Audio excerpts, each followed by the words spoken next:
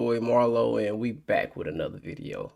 Yesterday we did a video about Democrats, and like I say, I grew up Democrats. So now we're gonna do a video about Republicans and see how it go.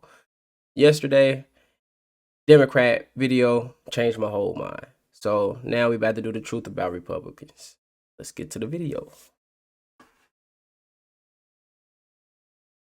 Racist, sexist, Republican, these words are virtually interchangeable, at least according to most professors, journalists, and celebrities. So are they right? Let's take a look at history. The Republican Party was created in 1854.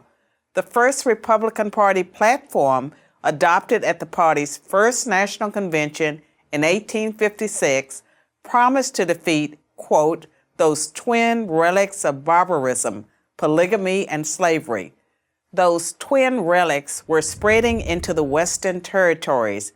Republicans feared that as those territories became states, polygamy and slavery might become permanent parts of American life.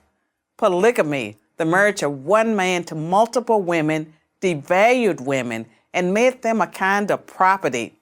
Slavery, of course, did the same to blacks, literally.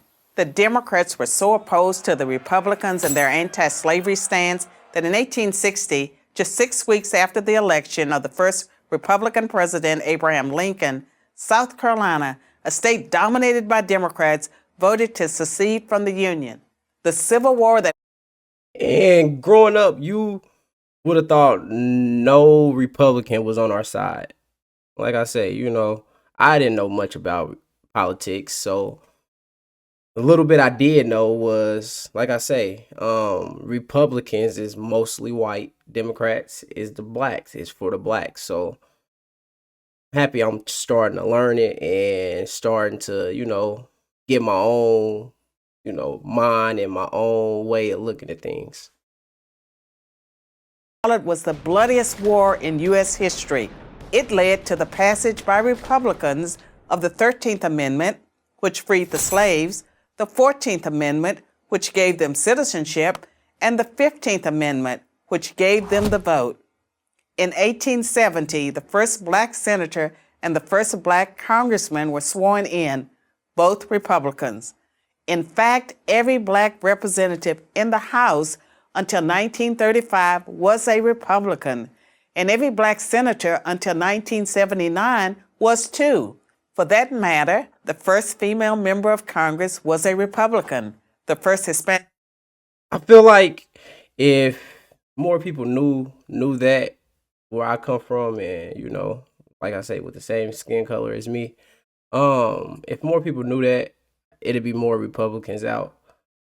Like I say, when I grew up learning about it, once I really, knew what the president was and things like that, I came up in the Obama era. So, we always looked at the Democrats as the black party because, like I said, we came up in the Obama era. Everybody was Obama crazy for a while.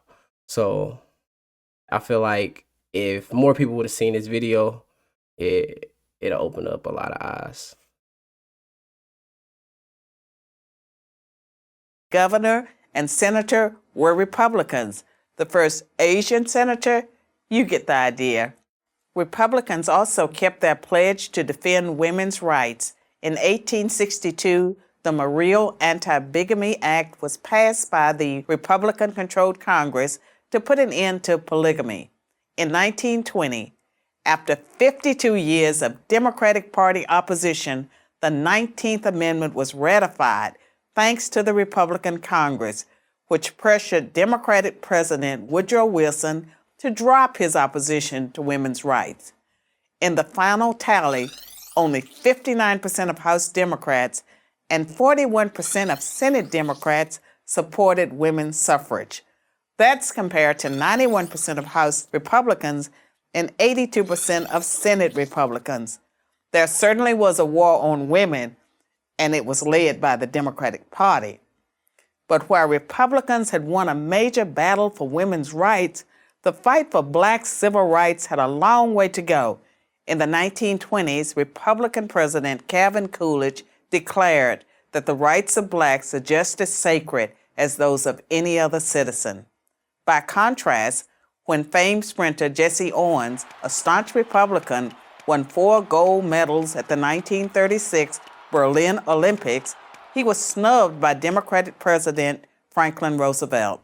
Roosevelt only invited white Olympians to the White House. 2 decades later, it was a Republican president, Dwight Eisenhower, who sent the 101st Airborne Division to escort black students into Little Rock Central High when Arkansas Governor Orville Forbes, a Democrat, refused to honor a court order to integrate the state's public schools.